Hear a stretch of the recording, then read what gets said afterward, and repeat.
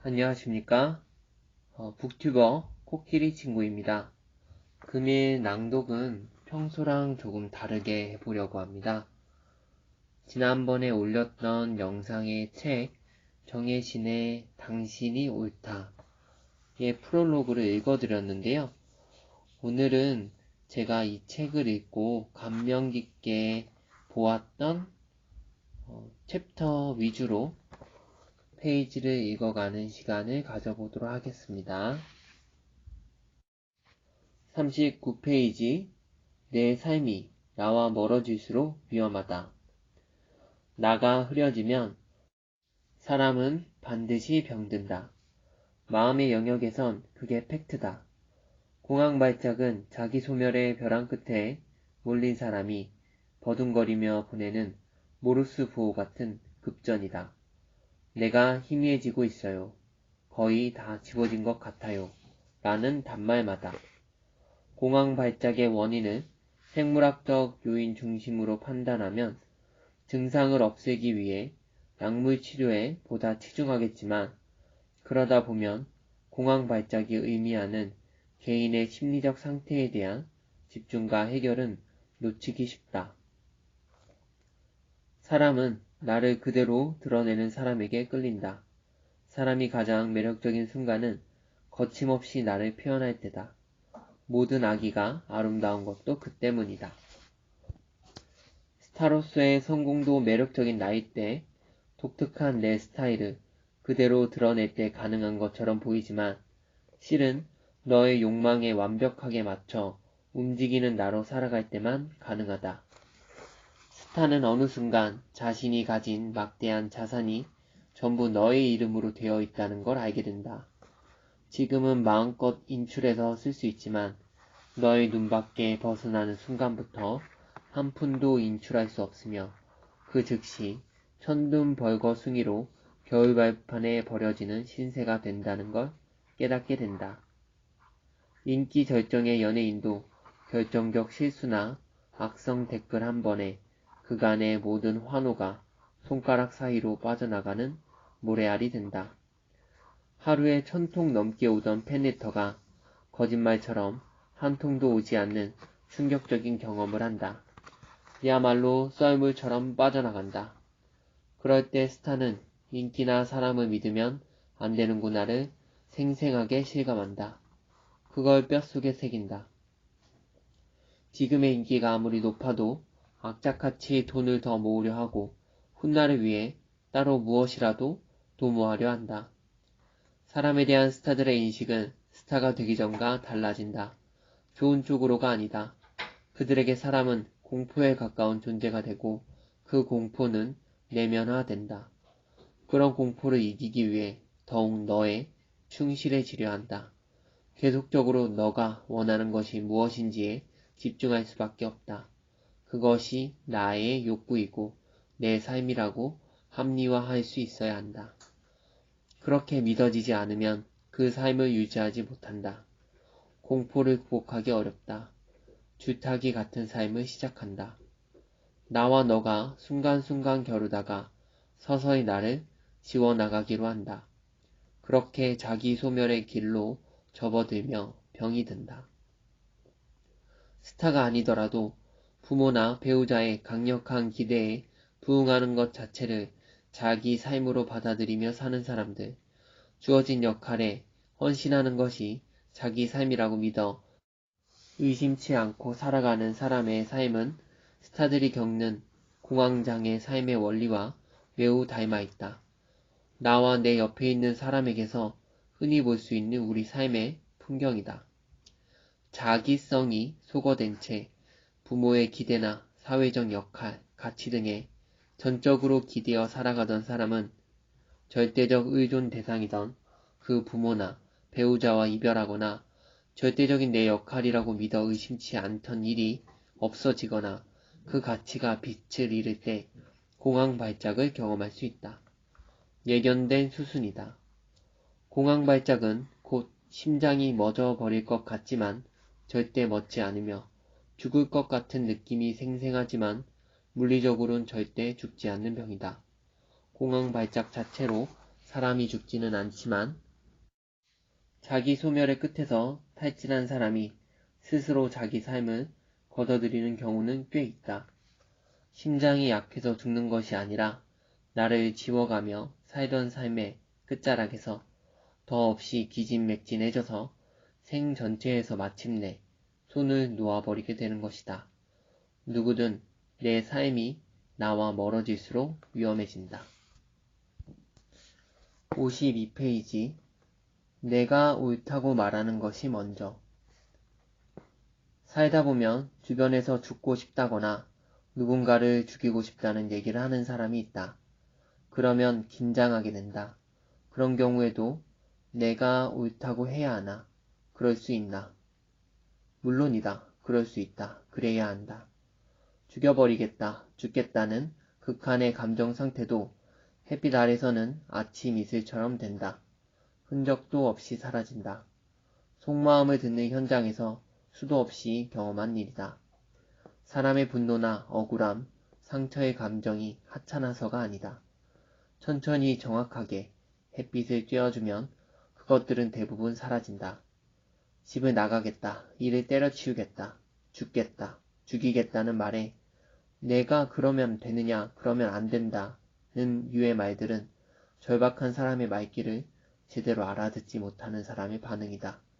나는 그런 때 언제나 그렇구나, 다 때려치우고 싶을 만큼 지쳤구나, 다 불태워버리고 싶을 만큼 화가 나는구나, 그럴 만한 일이 있었나 보구나 라고 온 체중을 실어 말한다. 그 다음에 그런 마음을 들게 했던 그 일이 구체적으로 뭔데? 라고 묻는다. 그가 누구이든 어떤 상황의 하소연이든 예외 없다. 사람은 괜히 집을 나가지 않으며 괜히 죽고 싶은 마음이 들지 않는다. 하물며 괜히 사람을 죽이고 싶은 마음이 들 수는 없다. 그런 얘기를 꺼냈을 때는 그렇게 생각하지 말아야 할 이유를 스스로 100가지 이상은 찾아본 이유다. 그래서 나는 언제든 우선적으로 그 마음을 인정한다. 그런 마음이 들 때는 그럴 만한 이유가 있었을 거라고. 그러니 당신 마음은 옳다고. 다른 말은 모두 그 말 이후에 해야 마땅하다. 그게 제대로 된 순서다. 사람 마음을 대하는 예의이기도 하다. 내가 옳다는 확인을 받으면 집을 나가겠다, 죽겠다, 죽이겠다는 따위의 말들은 이내 아침 이슬이 된다. 당신이 옳다는 말을 꺼리낌 없이 할 수 있으면 아침 이슬가 멱살잡이하는 허무한 일을 더 이상 하지 않게 된다. 당신이 옳다. 온 체중을 실은 그 짧은 문장만큼 누군가를 강력하게 변화시키는 말은 세상에 또 없다. 57페이지. 감정. 희로애락이 차단된 삶의 끝은. 한 사람이 제대로 살기 위해 반드시 있어야 할 스펙이 감정이다. 감정은 존재의 핵심이다. 한 사람의 가치관이나 성향, 취향 등은 그 존재가 누구인지 알려주는 중요한 구성 요소들이지만 그것들은 존재의 주변을 둘러싼 외곽 요소들에 불과하다. 핵심은 감정이다. 내 가치관이나 신념, 견해라는 것은 알고 보면 내 부모의 가치관이나 책에서 본 신념, 내 스승의 견해일 수도 있다. 하지만 내 감정은 오로지 나다. 그래서 감정이 소거된 존재는 나가 아니다. 희로애락이 차단된 삶이란 이미 나에게서 많이 멀어진 삶이다. 그렇게 감정을 억제하고 투명인간 취급을 당하며 존재가 거의 희미해진 삶의 종착역은 어디일까? 소리 안 나는 총에 맞은 사람처럼 조용히 허물어지는 일이다. 청령 고독사가 그 극단적 결과다. 간혹 존재가 소멸되기 직전의 상태에서 과도하게 난폭해지는 경우가 있다. 산소가 점점 희박해지는 곳에 갇혀있던 사람이 잠깐 창문이 열렸을 때 가쁘고 거친 숨을 몰아쉬듯 존재가 거의 지어진 사람들이 보이는 난폭성은 숨이 멈추기 직전의 마지막 절규 같은 것이다. 여기에 나도 있다. 제발 나라는 존재를 한 번만이라도 의식해줘.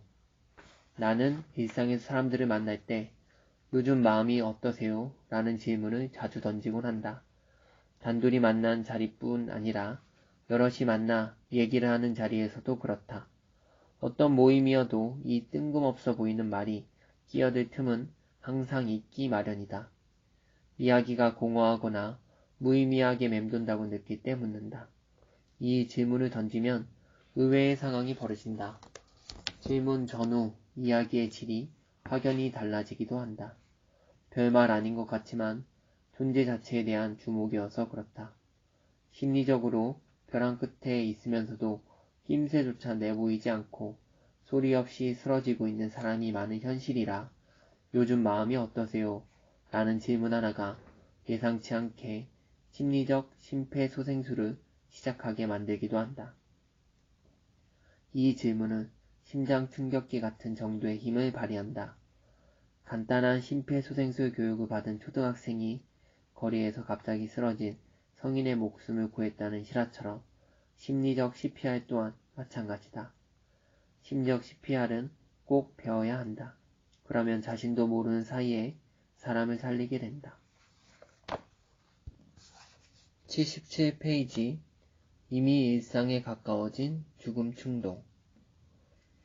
우리의 일상에서 나타나는 죽음이나 죽음 충동은 우울증 환자라는 특수한 질병군에서만 나타나는 특별하고 예외적인 현상인가? 그리고 죽음 충동을 느끼면 다 중증 우울증인가? 한꺼번에 답하자면 그렇지 않다. 이 땅에서 사는 일은 죽음 충동을 특별한 질병의 징후라고 여길 수 없을 만큼 일상적이지도 평화롭지도 않다. 모든 게 전투적이다. 불행이 이웃처럼 가깝다. 지난 10여 년간 우리나라의 자살률은 세계 최고 수준이다. 주위의 자살이나 비극적 사고로 세상을 떠난 가족이나 지인이 한두 명쯤은 있다. 그뿐인가? 살다 보면 나 하나만 사라지면 다 편안해지지 않을까 생각하게 되는 때가 있다. 사는 게 너무 힘들어서 잠깐의 고통만 참으면 영영이 고통에서 자유로워지는 게 아닐까 진지하게 생각할 때도 있다. 그뿐인가? 전시도 아닌 평화시에 직장을 다녔을 뿐인데 순간순간 죽음 충동으로 내몰리는 사람들이 있다. 간접적으로 감정노동자군에 속하는 일을 하지 않더라도 우리나라 직장생활의 본질은 고된 감정노동에 속한다. 갑질을 견디는 것이 사회생활의 본질이 되어간다. 또 권위적이고 가부장적인 문화로 인해 학교나 직장에서 죽을 만큼 고통스러운 사람들을 한번 떠올려보자. 나를 포함해 그런 고통을 겪지 않는 사람을 꼽는 게 빠를 정도다.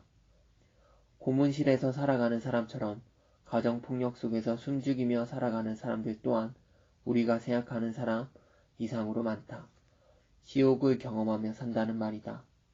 우리 사회에서 죽음이나 죽음 충동은 삶의 평범한 일부가 됐다. 이런 상황에서 죽음 충동은 정신과 의사들의 진단서 안에 갇힌 특별한 의학적 영역의 사건으로만 볼 수 없다. 일상에 가깝다. 죽음은 수많은 삶의 사연 곁에 늘 함께 있다. 사연으로 가득한 그 개인들의 복잡한 상황과 갈등 곁에 항상 존재하는 것이 죽음이다. 그 개별적 사연과 상황을 고려하지 않은 채 죽음 충동이나 죽음에 대한 생각을 의학적인 질병이냐, 생물학적 원인의 우울증이냐, 건강하기 그지없는 몸에 이상하게 돌출한 이물질인 양 바라보는 시각은 잘못됐다.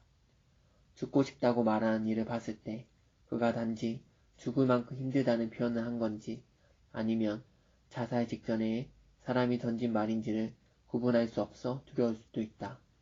단순히 그 말만 듣고 그 사람이 지금 어느 쪽에 가까운지 알 수 있는 이는 아무도 없다. 그건 전문가도 마찬가지다. 더 물어봐야 한다. 둘 중 어느 상황인지 분명해질 때까지 두려워하지 않고 차분하게 물어봐야 한다. 누군가가 천천히 물어봐 주지 않으면 죽고 싶다고 말한 당사자도 자기가 단지 힘들어서 던진 말인지 진짜 자기가 극단적인 일을 저지를 상태인지 혼란스러울 수 있다. 그래서 그런 생각이 떠오르는 것만으로도 자신에 대한 두려움은 심해지고 불안은 더 커진다. 누군가의 질문에 답을 하면서 스스로도 자기 마음이 어느 쪽인지 알게 되기도 한다. 죽고 싶은 마음에 대해 묻기 시작하지만 이야기를 하다 보면 죽고 싶은 마음 언저리에 있는 그 사람의 일상에 대해 묻고 듣고 이야기를 나누게 된다. 일상에 대해 구체적으로 관심을 가지다가 그 일상과 그의 죽고 싶은 마음의 연결에 대해 궁금한 것이 생기면 또 물으면 된다. 어떤 것을 묻냐가 중요한 것이 아니라 죽고 싶다는 마음이 비쳤는데도 그 고통이 아무 관심도 받지 못하고 방치되거나 외면되지 않는 것 자체가 중요하다. 사람들은 누가 죽고 싶다는 말을 했을 때 그 마음에 대해 자세히 묻는 것은 상대에게 상처를 주는 행위라 여긴다. 아니다. 정반대다. 고통 속에 있는 사람이 가장 절박하게 원하는 이야기가 바로 그것이다. 심각한 내 고통을 드러냈을 때 바로 그 마음과 바로 그 상황에 깊이 주목하고 물어봐 준다면 위로와 치유는 이미 시작된다. 무엇을 묻느냐가 아니고 나에게 집중하고 나의 마음을 궁금해하는 사람이 존재하는 것 자체가 치유이기 때문이다. 그 행위만으로도 전문가를 만나기 전까지 그를 적극 지켜줄 수 있다. 어떤 경우엔 그 개인만으로도 전문가 없이 내내 목숨을 버리지 않는 경우도 있다. 106페이지 충조평판 날리지 말고 공감하라.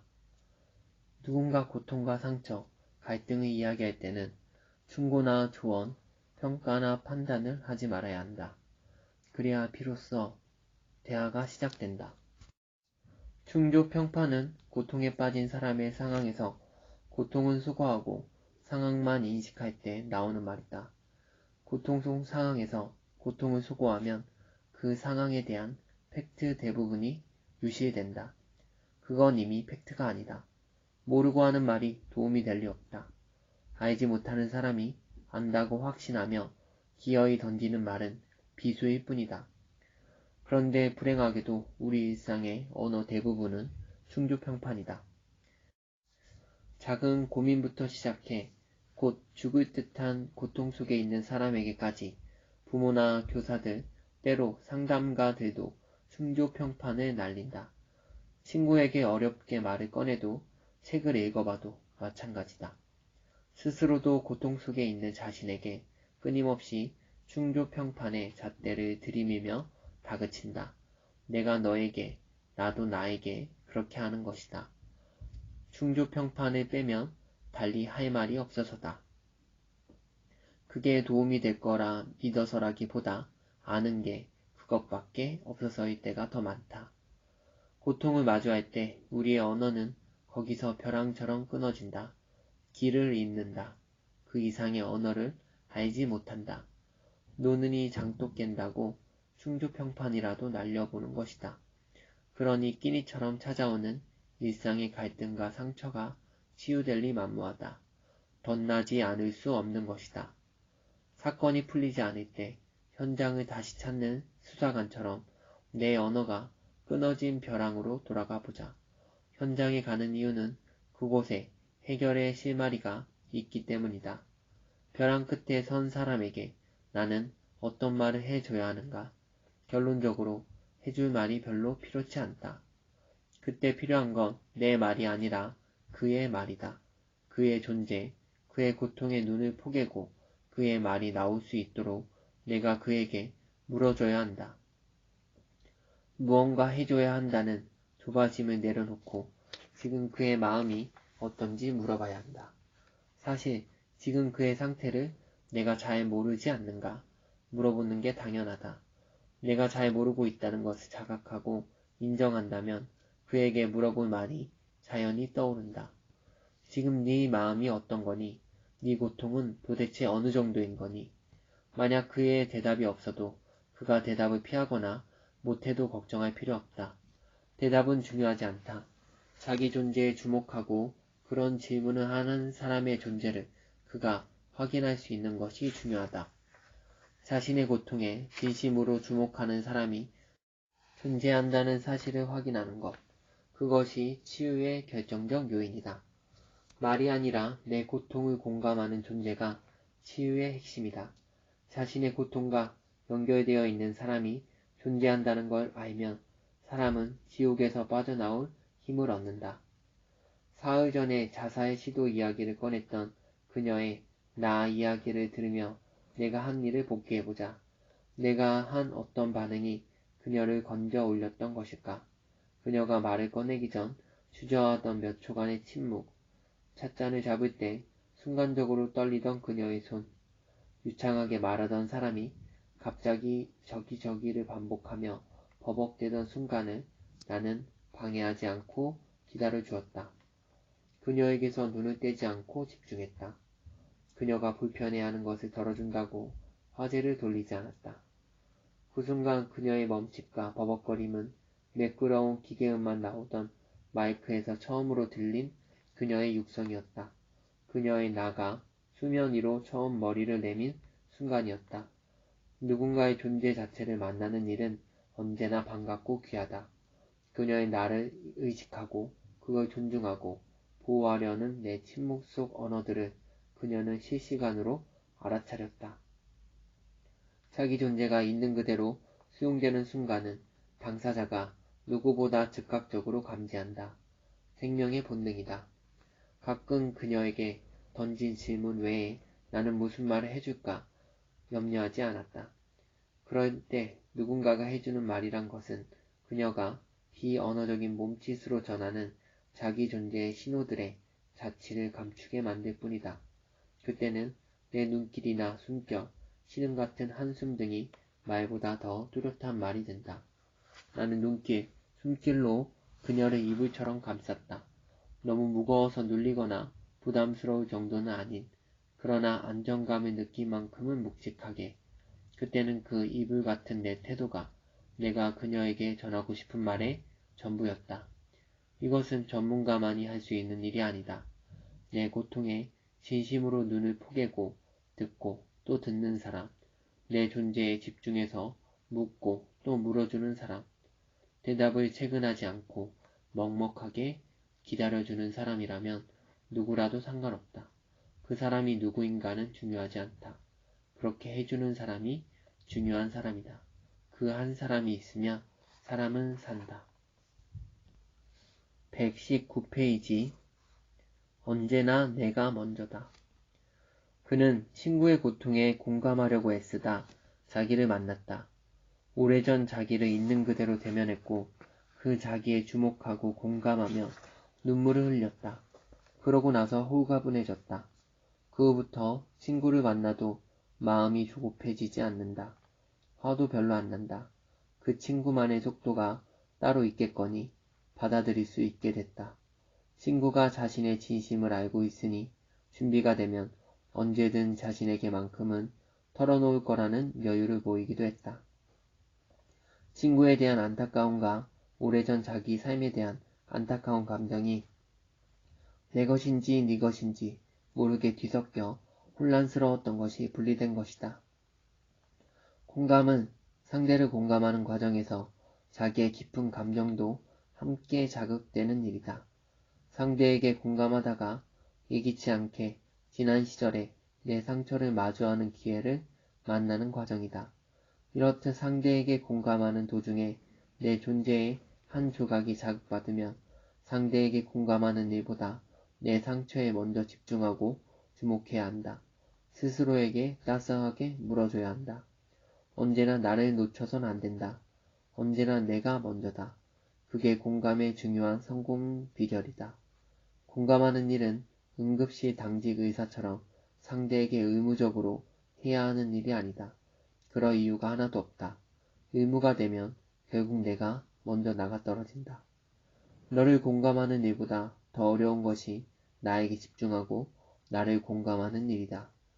대개는 여기서 걸려 넘어져 공감을 제대로 하지 못하고 사람 구하는 일에서 결정적으로 실패한다.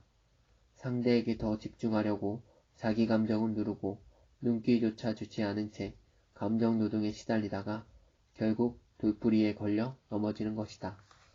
공감은 내 등골을 빼가며 누군가를 부축하는 일이 아니다. 그 방식으론 상대를 끝까지 구축해낼 수 없다. 둘 다 늪에 빠진다. 공감은 너를 공감하기 위해 나를 소홀히 하거나 억압하지 않아야 이루어지는 일이다. 누군가를 공감한다는 것 자신까지 무겁고 복잡해지다가 마침내 둘 다 홀가분하고 자유로워지는 일이다. 너를 공감하다 보면 내 상처가 드러나서 아프기도 하지만 그것은 동시에 나도 공감받고 나도 치유받을 수 있는 기회가 된다. 공감하는 사람이 받게 되는 특별한 선물이다. 123페이지 정서적 공감 대 인지적 공감. 자세히 알아야 이해할 수 있고 이해할 수 있어야 공감할 수 있다.